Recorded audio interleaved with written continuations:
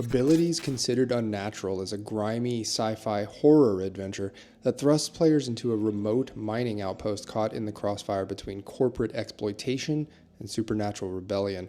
Created by Joel Hines and Danny Liebster for the Mothership RPG system and published by Silver Arm after a Kickstarter in 2022. The module blends cosmic horror with labor politics that really showcases Mothership as more than just a cousin of the Alien RPG. This video will have two parts.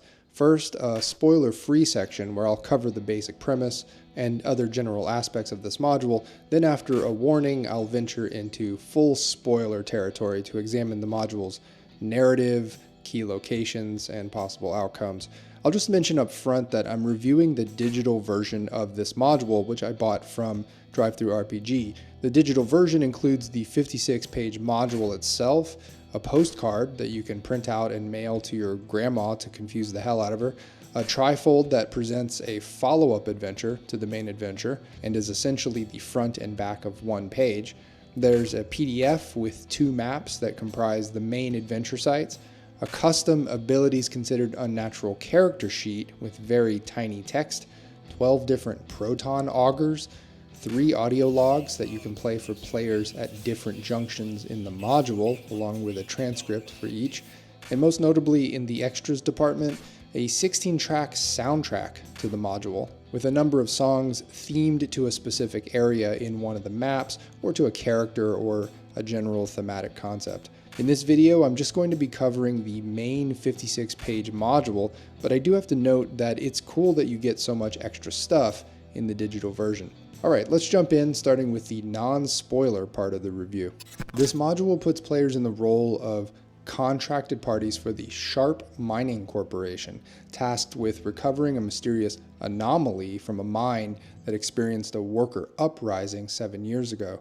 Their mission is to deliver this unknown spherical object to Chief Officer Mamitu Abdella for extraction to the corporate flagship, with the promise of substantial payment and debt forgiveness upon completion.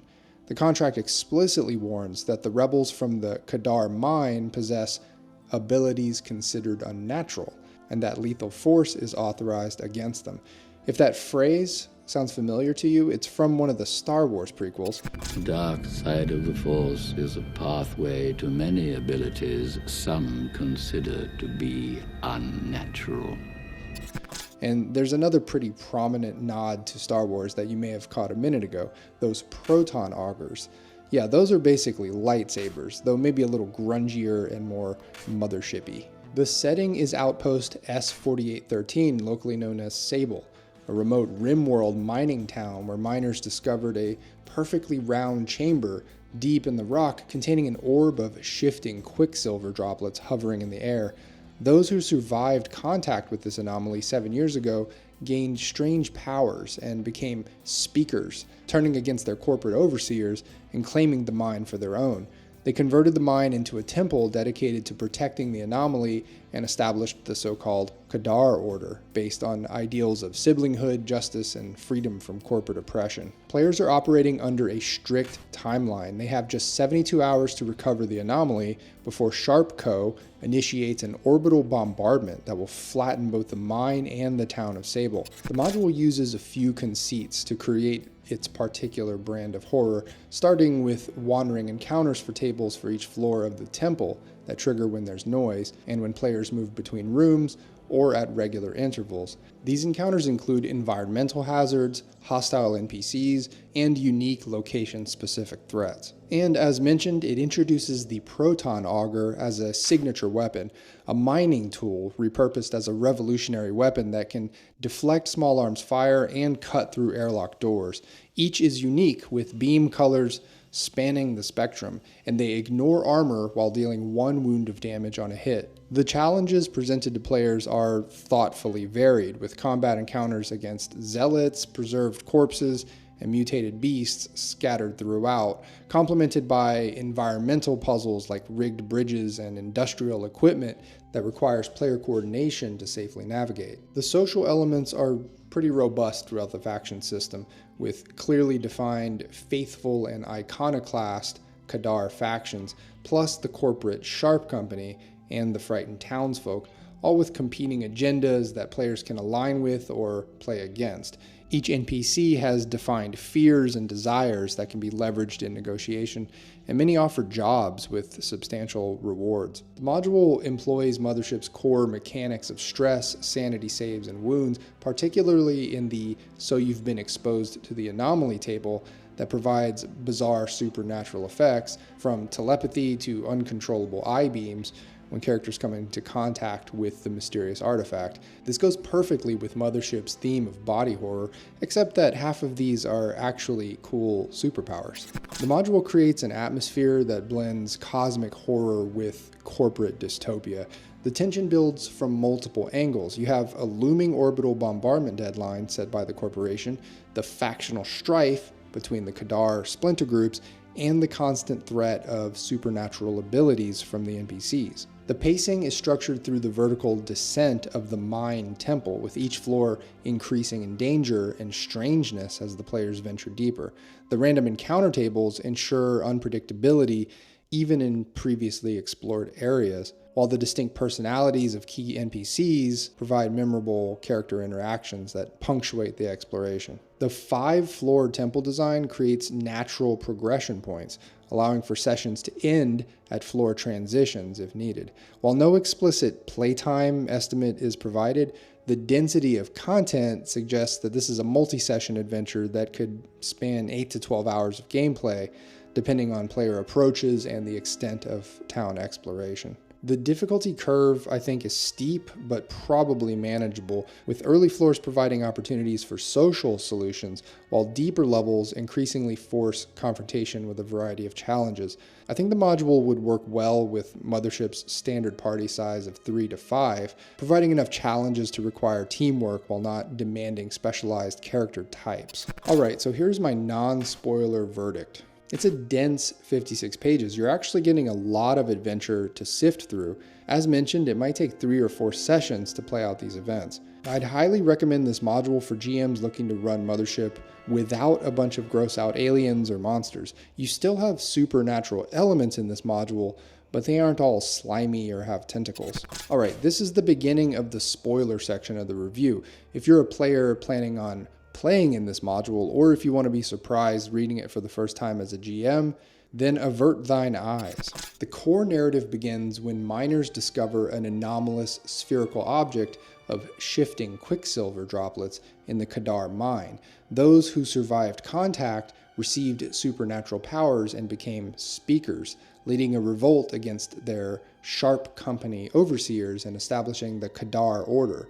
After the initial uprising, a schism formed between the iconoclasts, who wanted to build a workers' army, and the faithful, who were more devoted to worshipping the anomaly. Krast, the leader of the faithful, orchestrated a mass kidnapping of children from the town of Sable to obtain malleable initiates, causing the iconoclast speakers to demand their return. When several of the NPCs planned the children's release, Krast discovered their, quote, treason, held a sham trial, and banished a couple of them. The kidnappings turned the town against the Kadar and allowed the Sharp Company to return as supposed saviors. The key NPCs have distinct motivations.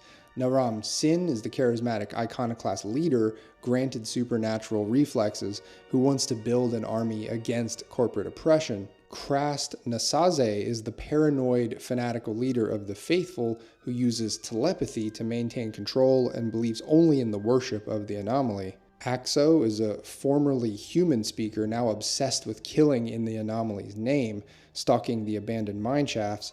And Smaka is a reprogrammed maintenance android who manages the temple's systems and subtly undermines its programming to actually help intruders. The 3 major factions each provide distinct paths for player alignment.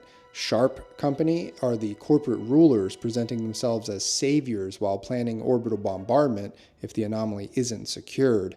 The faithful are zealots devoted solely to worshiping and protecting the anomaly, willing to sacrifice anyone deemed unworthy, and the iconoclasts are revolutionaries focused on building a workers' army to fight corporate oppression across the sector, planning to escape with children and non-combatants. The module is structured around two main areas, Sabletown and the 5-floor Temple Mine complex. The town consists of 10 locations connected by clear paths and offering potential allies, resources, and alternative routes into the temple. The temple itself is organized vertically in descending levels of increasing danger. Floor 1 is the shrine. Floor 2 is the living quarters. Floor 3 is Axo's sanctum, which is where things actually kick in and get pretty nightmarish. Floor 4 is Smaka's domain, and contains some fascinating environmental puzzles. Floor 5 is the Breakthrough, which contains the mine tunnel that leads to the anomaly's orb chamber. I think the Axo encounters on Floor 3 represent the pivotal moments where the module showcases its horror elements the most. Axo strikes at players across different locations here, telekinetically destroying bridges beneath them, animating headless corpses, and creating escalating dread through increasingly dangerous ambushes. Smaka's introduction on Floor 4 presents a complex social/combat encounter where the reprogrammed android can become either a deadly opponent or a valuable ally. His intentionally poor trap designs and subtle hints about overriding his programming create opportunities for players to gain control of temple systems. The electromagnetic harvester puzzle requires coordination between multiple players, with one holding emergency shutdown levers while others pass through, all while preserved corpses attack whoever operates the controls. And the two main NPC leaders offer competing faction allegiance opportunities, with one proposing a, quote, mutually beneficial arrangement to help evacuate children and non-combatants, while the other attempts to manipulate players into eliminating her rivals, with both offering substantial rewards and advancement. The final encounter with the withered prophet Spyrox Vane and the anomaly provides a philosophical culmination, with Spyrox seeking a successor while the anomaly itself reaches towards players, potentially granting supernatural abilities or causing death. There are those several possible ways to, quote, beat the module. In the case of the Iconoclast's escape plan, it involves loading refugees onto the Ark, a rusting abandoned freighter that one of the NPCs has secretly repaired, while potentially stealing the Sharp Company clearance codes chip to avoid detection during escape. I did like how the module includes 13 potential achievement conditions ranging from pacifist, kill no humans, to sink the ship, bring the Sharp Company flagship down, and save Sable, encouraging diverse playstyles and solution paths. Achievements are an obvious nod to Xbox achievements and PlayStation trophies, which award meta victories in a game. It's a really fun concept to include in an adventure module. I think to run this module effectively, it would be important to track in-game time carefully against the 72-hour bombardment deadline, and also use the wandering encounters table to maintain tension during exploration. You might consider pre-rolling some encounters to keep the pace moving and have key NPC stats readily available. Axo's hunting sequences on Floor 3 work best probably when treated as a horror movie monster rather than a standard combat encounter. And by that I mean I'd have him strike and withdraw repeatedly to build up dread.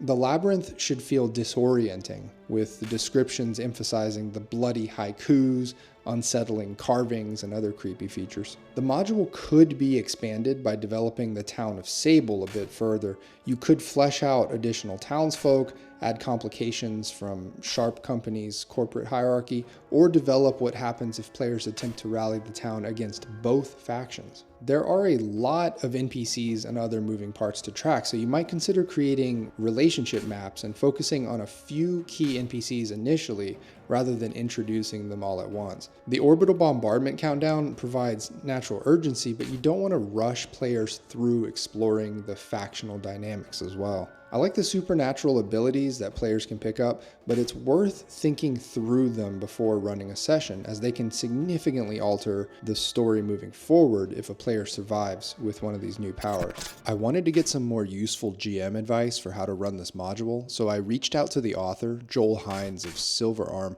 I asked him just 3 questions, and I got some very useful answers. Rather than read them out to you, I'll just pop them on the screen so you can pause the video and read them yourself. First, if you were running this module again right now, what aspects would you emphasize to create the most memorable experience for players? My next question was, the module includes multiple possible resolutions. How do you make sure that the players understand all of their options and don't feel railroaded? And finally, for GMs looking to extend this module into a longer campaign, what themes or elements would you suggest developing further? And thanks goes to Joel Hines for taking the time to answer these questions. So here's my full verdict on Abilities Considered Unnatural. Factions create dilemmas. Its greatest strength lies in the factions that provide genuinely difficult moral choices. Layered horror via map. This is a bit of a triumph in what I'd term environmental storytelling. Each floor of the temple conveys escalating horror and reveals the narrative through gameplay rather than NPC exposition. Lots of NPCs to juggle. The NPCs in different factions might overwhelm some GMs, requiring some forethought and prep to manage effectively. Possible campaign foundation. As a standalone adventure, this module works nicely, but it could also serve as a great campaign foundation. The supernatural abilities granted by the anomaly create natural hooks for continued play, whether characters are fleeing sharp company with newfound powers or dealing with the consequences of their choices in Sable. And of course, the themes of corporate exploitation, resistance, and cosmic horror just integrate seamlessly into the broader Mothership universe. There are so many good Mothership modules at this point, and my main theory here is that it's because there are just so many people playing the game, and by extension, publishing materials for the game. If only half of 1% of third-party publications for a game are worth playing, then you'll still get a lot of good third-party material when there are thousands and thousands of creators. I'll leave a link down below to where you can find all of Silver Arm's publications, and let me know if you'd like to see more coverage of Mothership modules or other materials related to this RPG. Thanks as always for watching. I'll see you in the next one.